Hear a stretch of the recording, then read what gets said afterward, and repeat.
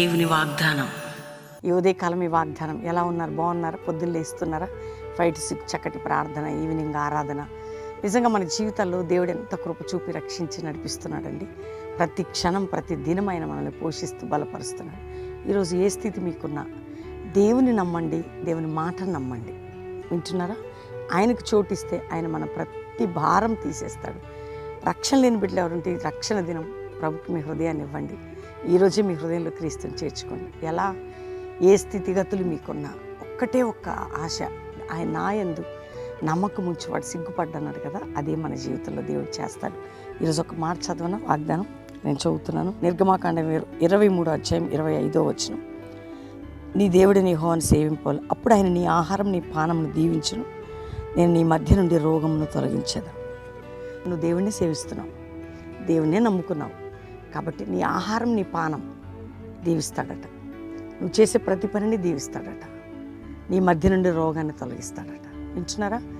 దేవుణ్ణి సేవించేవారు, దేవుణ్ణి ఆరాధించేవారు, దేవుని నమ్ముకున్న వారిని దేవుడు ఎప్పుడు కూడా నీ ఆహారమును నీ పానమును కదా, నువ్వు తినేది తాగేది ఆత్మికంగా మానసికంగా ఆరోగ్యపరంగా ఆర్థిక అన్ని దీవెనలు, అన్నిట్లో దీవెన, ప్రతి విషయంలో దీవెన, నిన్ను అన్ని విషయాల్లో దీవించి నీ దగ్గర నుంచి నీ మధ్య నుండి రోగమును తొలగిస్తాడట. ఏ రోగంతో ఉన్నావు? ఆత్మీయ రోగమా, ఆర్థిక రోగమా, శరీర రోగమా, ఏదైనా తొలగిస్తాడు.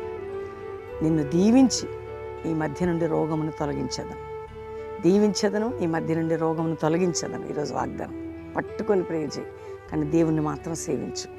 దేవునికి దగ్గరగా ఉండు, ప్రభువుని నమ్ముకో, ప్రభువుని గట్టిగా పట్టుకో, ప్రార్థన చేయి, దేవుని మీద ఆధారపడు.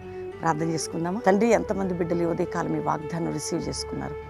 రక్షణ లేని బిడ్డలకు రక్షణ, రోగులకు స్వస్థత, వ్యాధిలో బాధలు చింతలు అప్పుల్లో ఇరుకుల్లో ఇబ్బందుల్లో నిందల్లో గాయాల్లో అవమానాల్లో కృంగిన స్థితిలో ఉన్న ప్రతి బిడ్డని మీరు లేవనెత్తండి.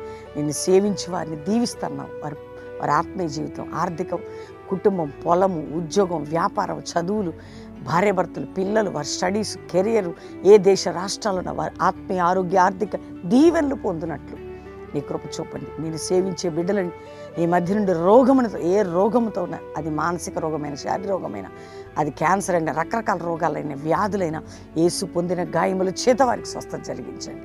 అంతేకాక ప్రభా, ఎవరికి కండిషన్లో ఉన్న గొప్ప విడుదల సమాధానం కలిగినట్లు కృప చూపండి. మా ప్రపంచాన్ని యుద్ధములు మాన్పి, గల్ఫ్ దేశాలు యుద్ధములు మాన్పి, భారతదేశంలో సమాధాన క్షేమం ఇచ్చి, నేను ఇజ్రాయెల్ దేశాన్ని నా తండ్రి ఆ పరిస్థితులన్నిటి నుంచి విడిపించి, ప్రతి దేశంలో సమాధాన సన్నిధి ఉంచి, ఒక జాషువా జనరేషన్ అపోస్తుల మినిస్ట్రీ నీ సువార్త ధ్వజమెత్తుటకు ప్రపంచం అంతటిని కదిలించి, సంఘాలని, సేవకులని ఆత్మీయ బంధంతో కట్టి మీరు లేవనెత్తి మా అందరికీ తోడై ఉండమని ఈరోజు ప్రతి దీవెన బిడ్డలకి ఇచ్చి, ప్రతి రోగముని వారి మధ్యలో తొలగించి, ప్రతి కుటుంబాన్ని మీరు వర్ధలు చేసి, మ్యారేజ్ డే, బర్త్డే బిడ్డల్ని బ్లెస్ చేస్తూ వారిని వర్ధలు చేయమని యేసు నామములో అడుగుచున్నాం తండ్రి, ఆమేన్.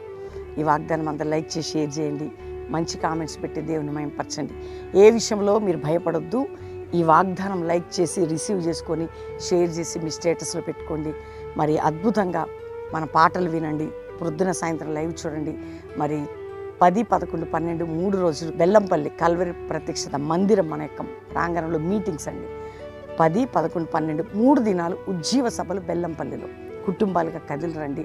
ఆత్మీయ బలం, అభిషేకము, ఆర్థిక దీవెనలు 3 రోజులు అక్కడ ఉండో, చక్కటి వాతావరణం, ప్రార్థన స్థలం అన్నీ మీకు దేవుడిస్తాడు. కాబట్టి 3 దినాలు గడుపుటకు రండి. 10, 11, 12 బెల్లంపల్లి మీటింగ్స్. ప్రతి శనివారం సువార్త ఉజ్జీవ సభ Calvary promise land, Hyderabad Hayat Nagar Ramoji film city దగ్గర కుటుంబాలుగా పాల్పొందండి. God bless you. ప్రైజ్ అలాడ్.